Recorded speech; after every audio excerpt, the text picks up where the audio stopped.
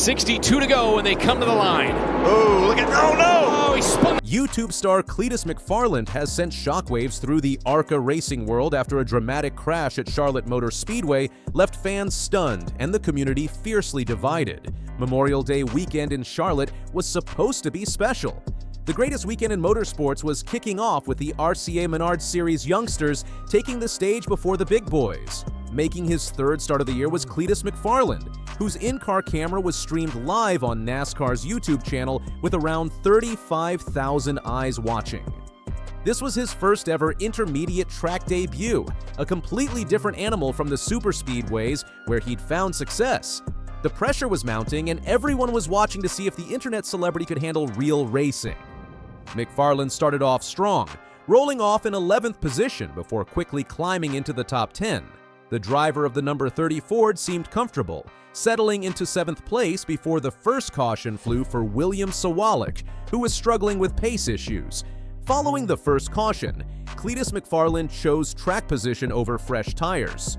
This strategic gamble launched him to 2nd place, giving him the privilege of restarting on the front row alongside NASCAR Craftsman, Truck Series, regular Grant Infinger. For the first time in his young ARCA career, McFarland was leading the field to green. His team reiterated the importance of warming up his tires before the restart. They knew what was at stake. They understood the inexperience factor. But when that green flag dropped, everything went catastrophically wrong. Cletus's tires spun immediately, causing a massive stack up in the outside lane. He weaved his number 30 Ford back and forth, desperately trying to find traction. Before he could regain control, Xfinity Series regular William Sawalik tagged him from behind, sending McFarland even more sideways.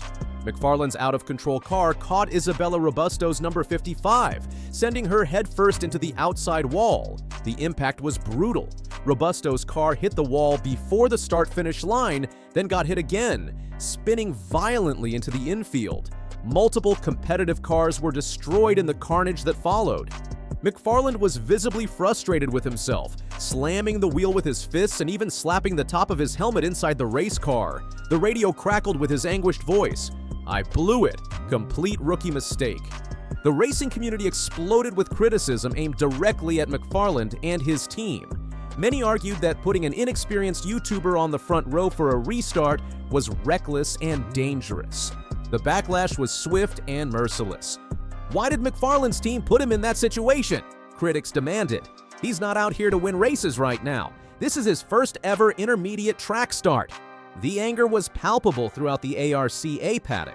For all the criticism that ARCA drivers normally receive, at least most of these low-budget teams have skin in the game each week. They show up and do what they can with limited resources. Now, multiple cars were destroyed because of what many saw as a publicity stunt gone wrong.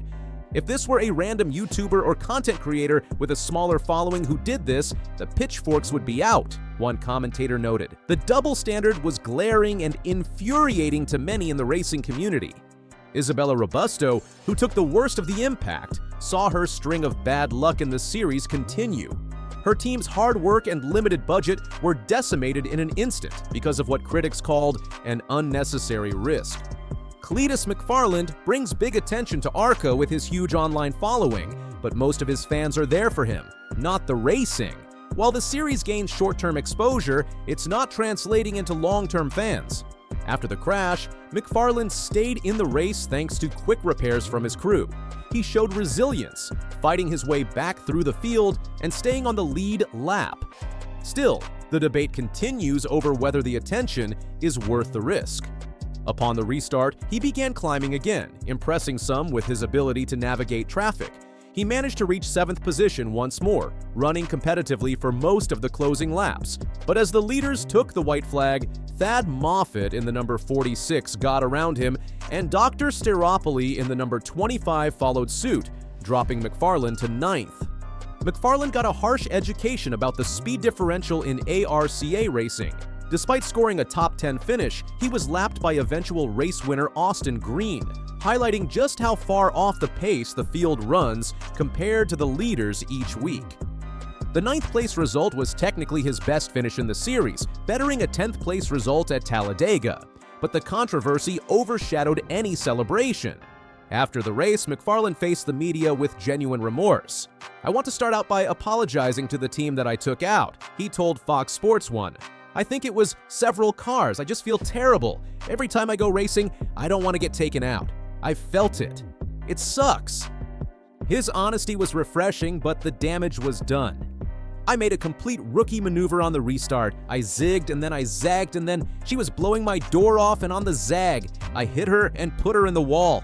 I feel terrible about it." McFarland admitted that racing at Charlotte was 100 times harder than competing at super speedways like Daytona or Talladega. The intermediate track had humbled him completely. "I forgot there was no restrictor plate on this thing. I'm like, wham!" Gave her the beans. "It steps out, and then I clipped her.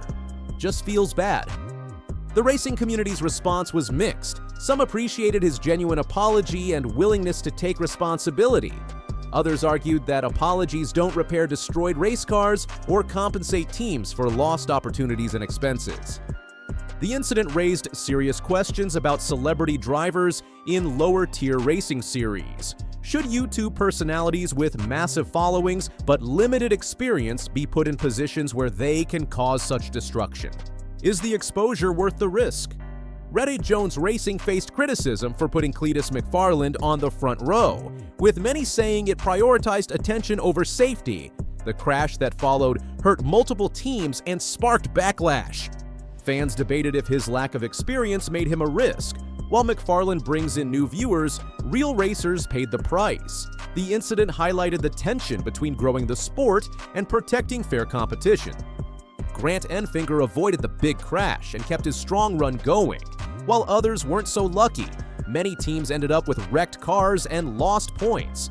The wreck sparked debate online about restart rules and whether new drivers should make risky tire choices. Austin Green won his first ARCA race, but most fans were talking about Cletus McFarland's crash. His mistake stole the spotlight from the winner's big moment.